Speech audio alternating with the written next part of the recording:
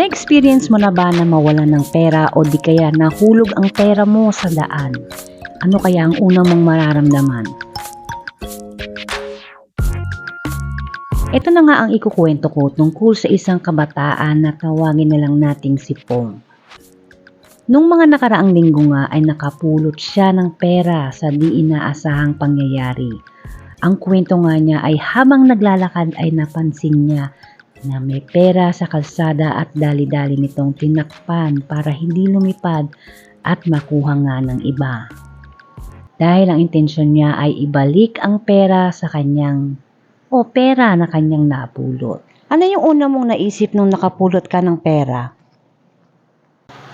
Yung una ko pong naisip is, tinampod ko po kaagad yun kasi nung nakita ko, sabi ko baka may iba pang makakita at baka mapunta pa sa may maling kamay. Kasi marami pong tao that time and akala ko nung una dahon lang siya pero nung nilapitan ko na masyado is pera nga. Tapos naghintay po ako dun siguro ng mga nasa 5 hanggang 10 minuto kung may babalik na it's either tricycle at tayo napansin ko nung una.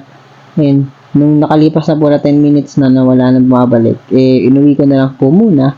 Then sabi ko na lang sa akin sarili, hintayin ko na lang na may mag-post sa Facebook sa Go Negosyo or Batang Nichols na page. Para at least po doon matrace namin kung sino po talaga yung may-ari. Kung pag-aaralan ang sitwasyon, nung nakaraang buwan din ay nadukutan nga siya ng pera at nakakalungkot dahil walang nagsauli sa kanya nito. Pero sa kabila ng kasawian, ibinalik pa rin niya yung kanyang napulot na pera worth 4,200. Humanga ako sa batang ito. Hindi ka ba nagsisi na sinauli mo ang 4,200 na pera na napulot? Hindi naman ako nagsisi kasi sa una pa lang is hindi naman natin pera yun. Tsaka, baka mas kailangan talaga ng tao na yun kung yung yung nakawala.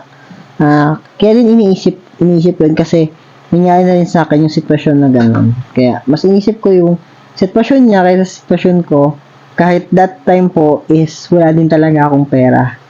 Kaya mas inisip ko na lang kung ano ba yung makakatulong pa sa aking kapwa. Bilang isang kabataan, ano yung maipapayo mo sa mga henerasyon ngayon kapag nakapulot na ng ganitong pera o anumang bagay?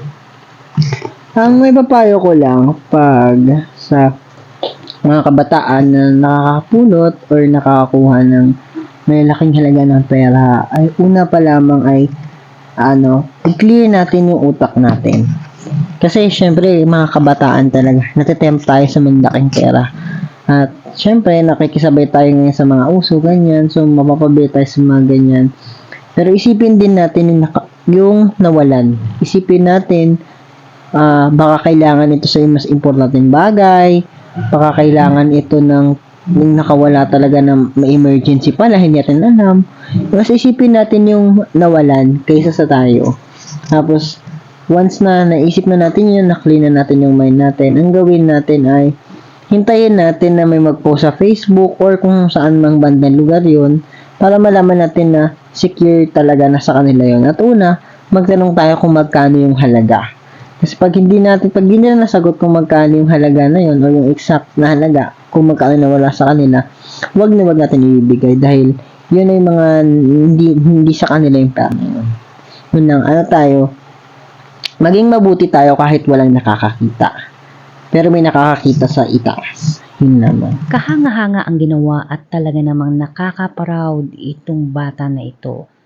Sana'y maraming ang kabataan o taong na may ganitong kaisipan at higit sa lahat, kagitingan ng puso sa pagmamalasakit sa kapwa. Kuya, deserve mo yan, kuya. Ay, ang swerte mo, kuya. Okay, swerte. Hindi ka malilitan yung swerte mo, pero